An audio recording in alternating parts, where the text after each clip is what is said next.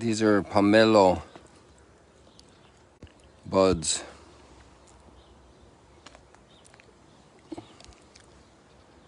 They have to flower and then they will form the pomelo, which is the largest citrus fruit. So there are tons and tons of these little buds. Lots of them, hundreds of them. I should count what's on one of them here. You can count 2, 4, 6, 8, 10, 12, 14, 16, about 18 or 20. So they're similarly all over the place. We also prune these trees so they will bear more fruit. Oh, here are the oranges in bloom. Isn't that beautiful?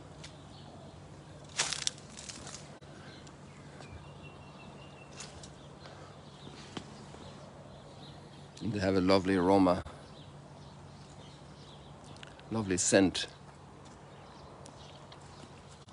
And then look at how this is a small little plum thing that didn't bear too much fruit the last few years. Let's see if this pruning does the trick. And somebody gave us a present of a little avocado over here. He also gave us a present of an earlier one, much bigger, like that stick, but it actually didn't make it. It was planted at the wrong time, so we hope that one is going to make it. And here are the rimonim, the pomegranates. They're not visible yet.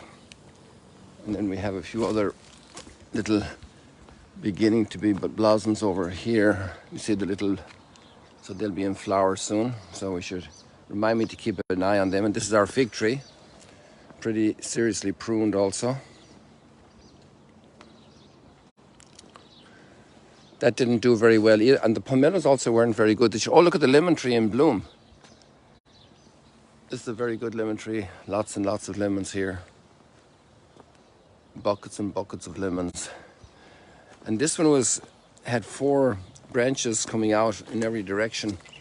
And somebody who knew about trees, you can see down here, said we should cut off those.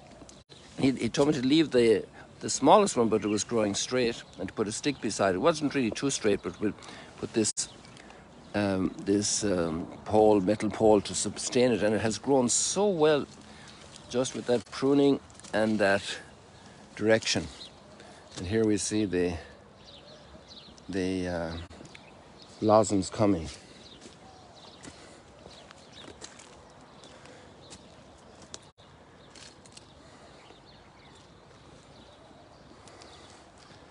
And here, that's the lemon from the other side. And now we have this big hole opened up again.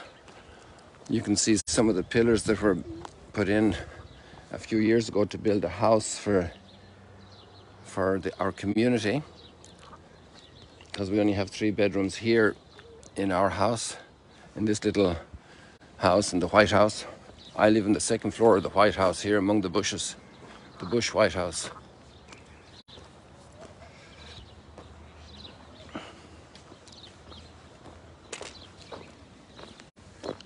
So many people returning from sunrise, and we're just getting into it.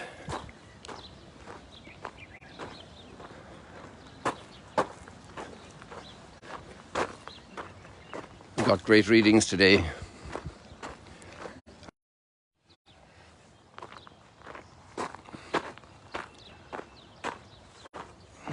It's like those fruit trees. So many buds for development in our spiritual lives. It takes time, takes rain and wind, takes the seasons of our lives to open the buds of Scripture.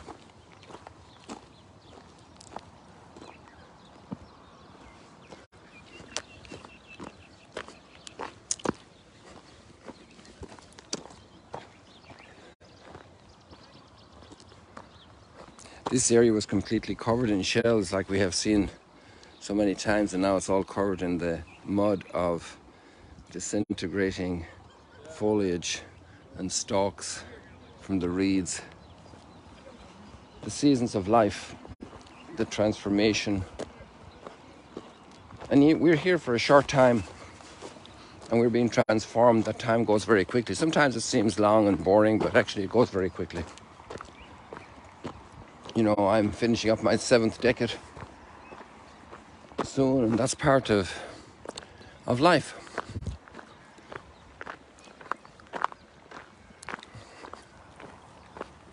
I still have a couple of years, but that's part of life. It's amazing. Somebody fixing their camera here.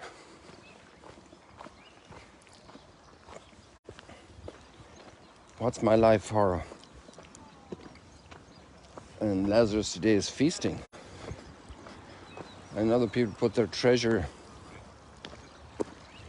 in wealth and relationships, connections.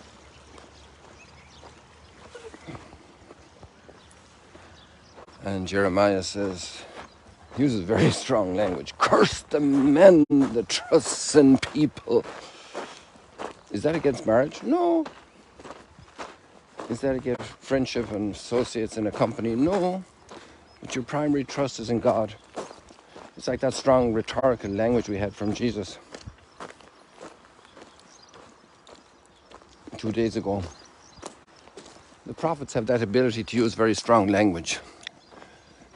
We normally try to be more tame. Maybe we should be more wild. But really the invitation has to reach into the depths of our hearts, in the recesses of our freedom, where that buds forth in our soul.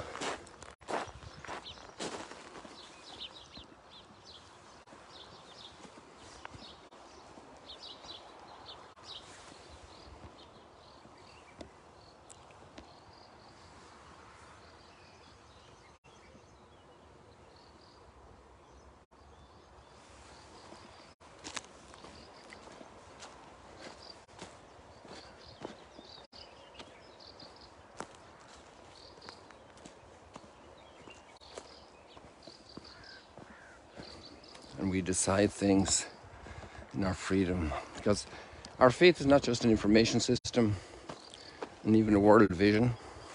It certainly has those elements, but it's particularly a relationship field. And the relationship field isn't stagnant, it's moving. And we have to take position on different things as we go.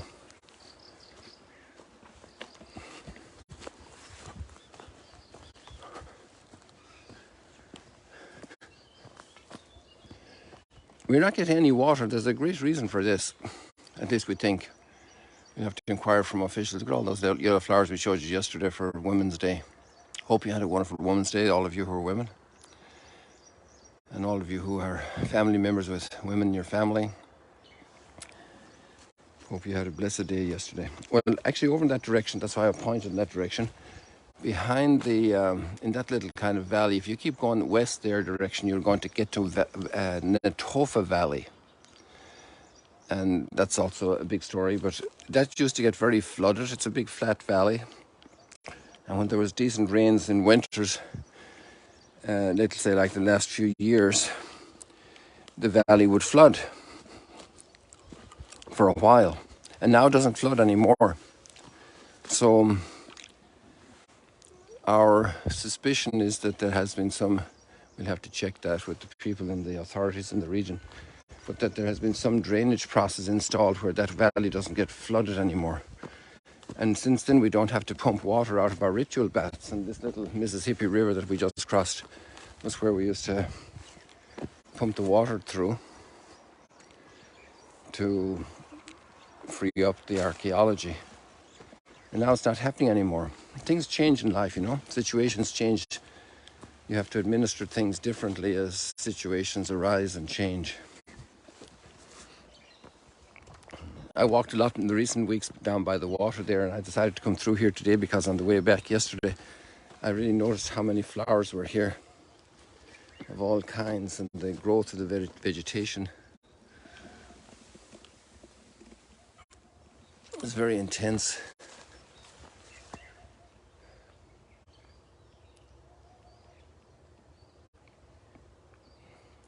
It wasn't yesterday, it was a couple of days ago I came back through here, because yesterday I didn't come through here, now that I recall. I don't think.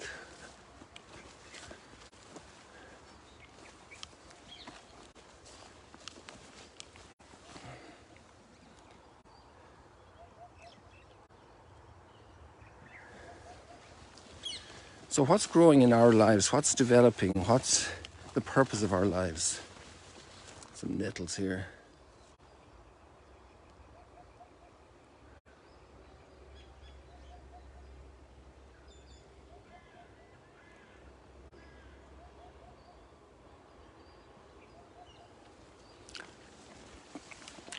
And the rich man and Lazarus is a big telltale story.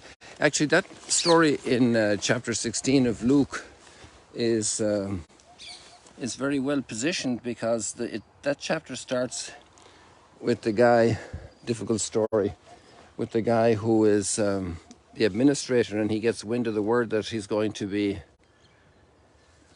sacked because he's not administering well. So that's kind of a theme in the chapter. How do we administer things? And there you have the rich man at his table and Lazarus at his door. And the big point of these stories is that we're passing through, like on a path this morning here, we're passing through life. And we've been entrusted with certain goods, certain talents.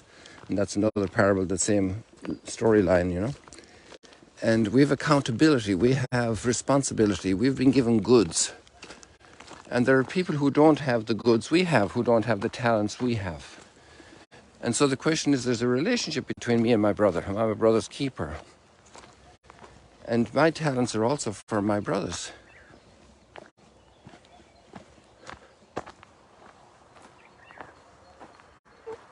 How do I take care of all the folks around me?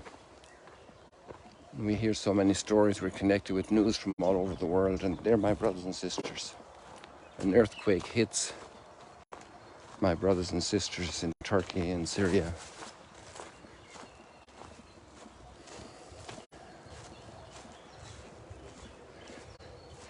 And it's not just material goods, it's compassion, it's spiritual goods, it's support, it's encouragement. We hear stories of somebody getting sick, to be with them, to share with them, to carry part of their burden. They're not alone because we're together, we're brothers and sisters, we're family.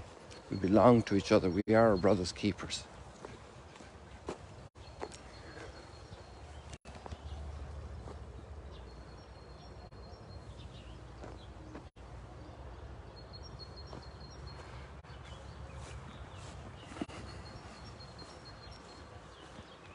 We are our brothers' keepers. And there's an eternal dimension to this. And what we're doing here is preparing us for that. And there's a relationship between how we live here and what is coming our way in eternity.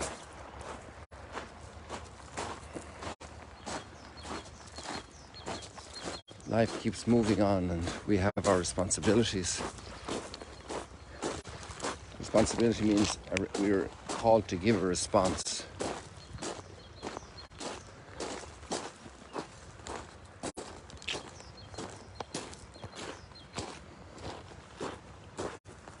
And that response actually builds us up. It's a response of generosity to others, but we get built up as people in the process.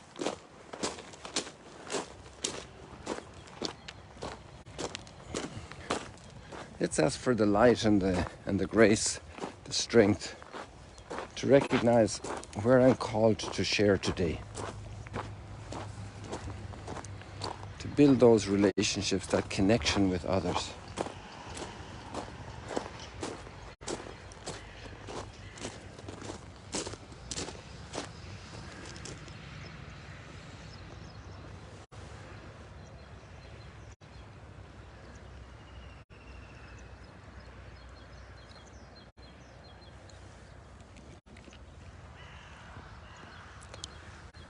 See you later, alligators. God bless you. It's nice and bright this morning.